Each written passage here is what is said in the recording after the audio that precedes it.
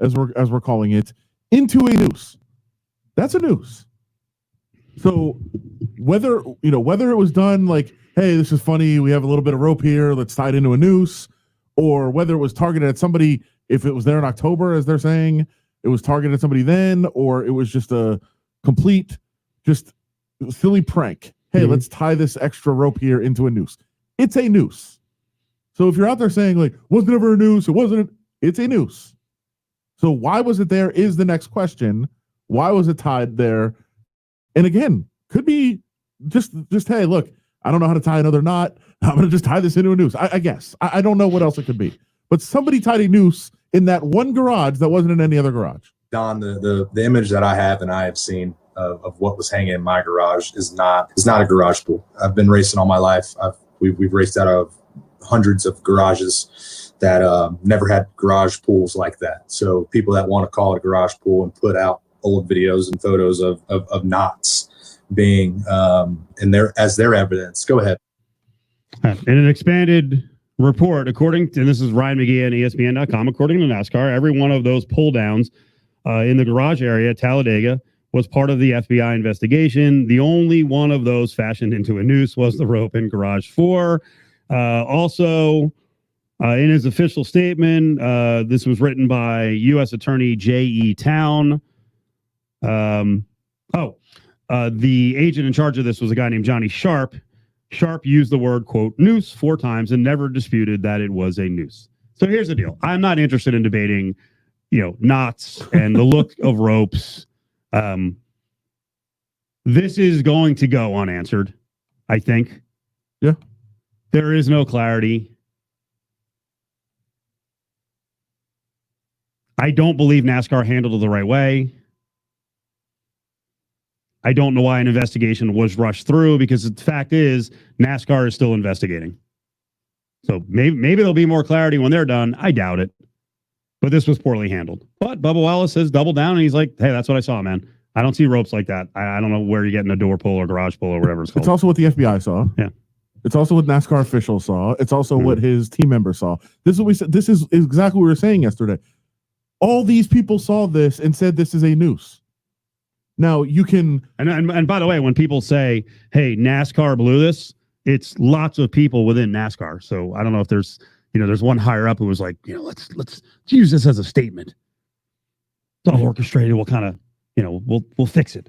We'll fix it at the end. Right. Let's use it as some sort of PR move, which it wasn't. Obviously, if that was the goal, that was stupid. But as you said yesterday, and we said repeatedly, there was enough people who looked at the rope and they were like, "Well, that's weird." Yeah, that's a noose. And none of the other garages were tied that way. So it just, nothing about this makes sense. Even still, all that we know is that there absolutely was a noose hanging in the garage of Bubba Wallace.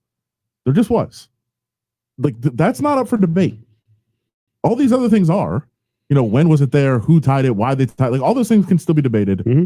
You cannot debate that there's a noose hanging from the garage of this driver. You can't debate it. What do you think we get in the end? A joke gone bad? Maybe. Someone not realizing the sensitivity of the issue? Probably. Something along those lines, sure. But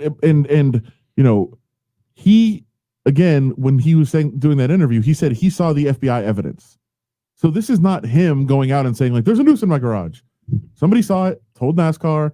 They were talking to the FBI. He saw the evidence from the FBI, which is this photo that we're seeing right now. That's a noose hanging from the garage. That's just what it is. Don't debate that. Don't try to come back and say, "Oh, actually, no. It's the only garage that had a noose hanging from it." I read through thread after thread last night, like hours worth. Now, I didn't take hours to read it, but hours worth of people just arguing over knots and ropes and door pulls. I'm like, this is insane.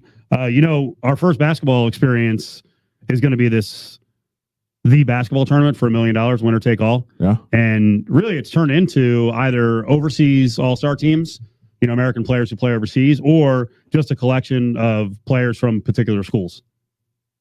Did you look through some of the big name players? ESPN had the best player on 24 different teams. Joe Johnson's playing in this? Yeah, I just saw that. That's crazy. Day.